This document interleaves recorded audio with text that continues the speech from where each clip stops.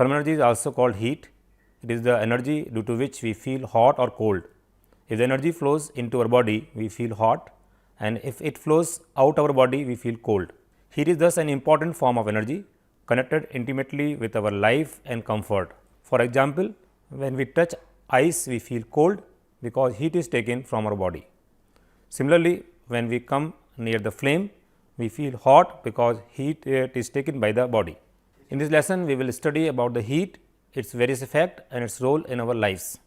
After completing this lesson, we will be able to distinguish between the heat and temperature, describe experiments to show the expansion in solids, liquids and gases, describe the construction and working of laboratory thermometer and clinical thermometer, state different scales of temperature like Fahrenheit scale, Celsius scale, Kelvin scale, relate readings on Fahrenheit scale, Celsius scale and Kelvin scales of temperature and solve numerical problems based on their relationship.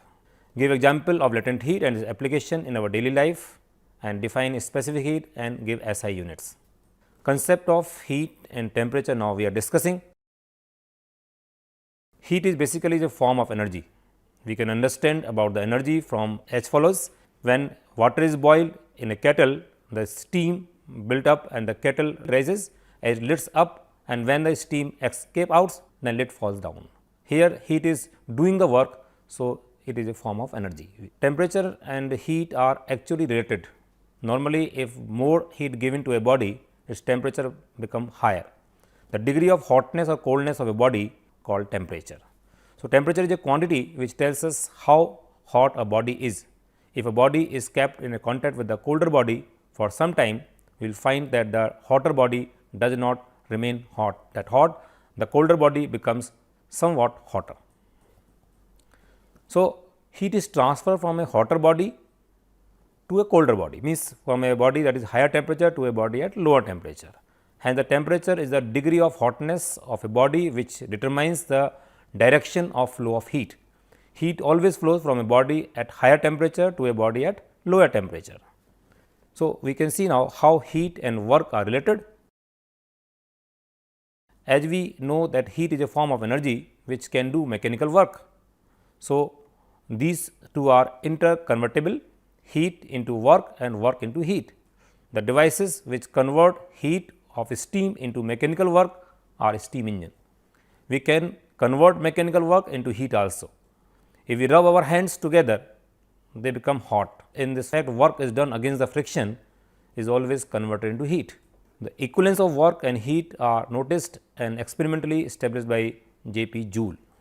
Measurement of temperature is done through a thermometer. So, the device which is used to measure the temperature is called thermometer. There are different types of thermometers available which are used for different purpose. The thermometer that the doctor uses to measure the temperature of human body is called clinical thermometer. Another thermometer that we use for measuring the temperature in science experiments in labs is called laboratory thermometer, and thermometer that meteorologists used to determine the maximum and minimum temperature during a day is called maximum minimum thermometer. These days are using digital thermometer for different purpose, like that for measuring the temperature of body we may use the digital thermometer. Now, we see the construction of a thermometer. Mercury in a glass thermometer is conventionally used in a day-to-day applications. In this type of thermometer, there is a thin walled bulb attached to a thick walled capillary. The bulb and certain height of capillary are filled with mercury by repeated heating and cooling. The capillary above mercury level is evacuated and its upper end is sealed. Then the thermometer is calibrated to the measured temperature. For calibration, lower and upper fixed points are marked respectively by buying the bulb first in melting ice and then steam for sufficient time. So, that mercury level in the steam remains fixed with the time in each case. Now, the question is, why do we use mercury in the thermometer?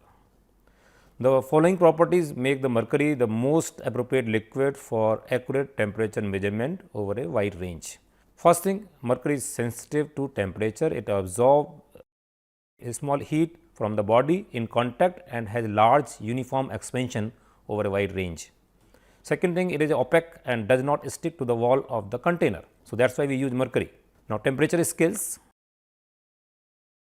There are three types of temperature scales. These are Celsius scale, Fahrenheit scale and Kelvin scale. In Celsius scale, the lower fixed point, ice point, is marked at 0. Upper point is a steam point that is marked at 100, and interconverting space is divided into 100 equal parts. In Fahrenheit scale, the lower fixed point is marked at 32, upper fixed point is 212, and intervening space is divided into 180 equal parts. In case of Kelvin scale, the lower fixed point is marked at 273, steam point as 373, and the space between them is divided into 100 equal parts. SI unit of temperature is Kelvin. There is a relation between all three scales. You can see C minus 0 by 100 is equal to F minus 32 by 180, K minus 273 by 100. Effect of heat.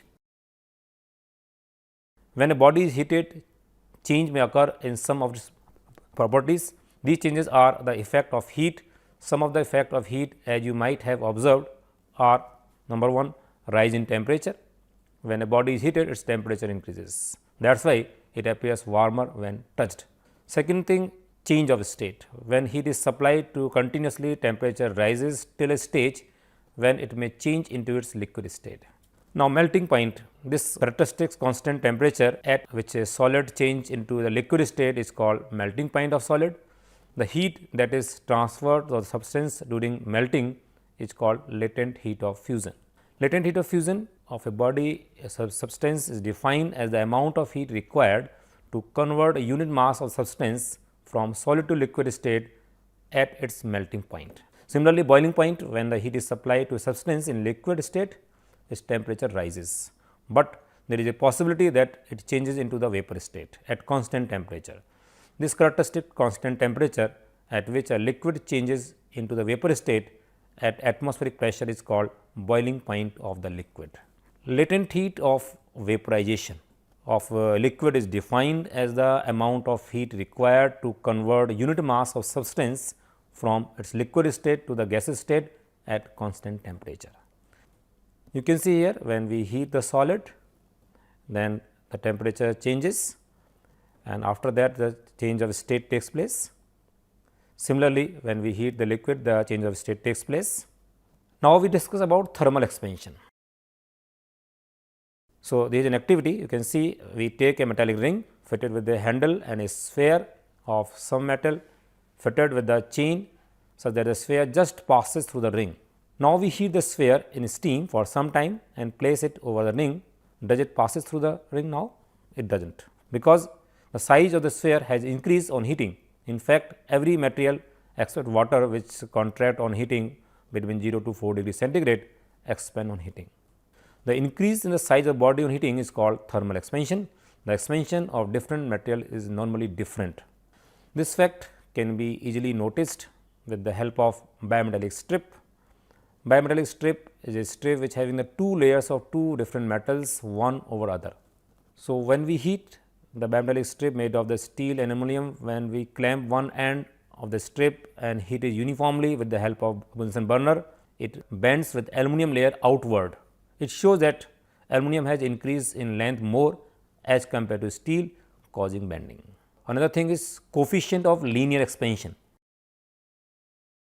A metallic bar of length L at temperature 0 degree centigrade, increase in length is delta L at a temperature delta T.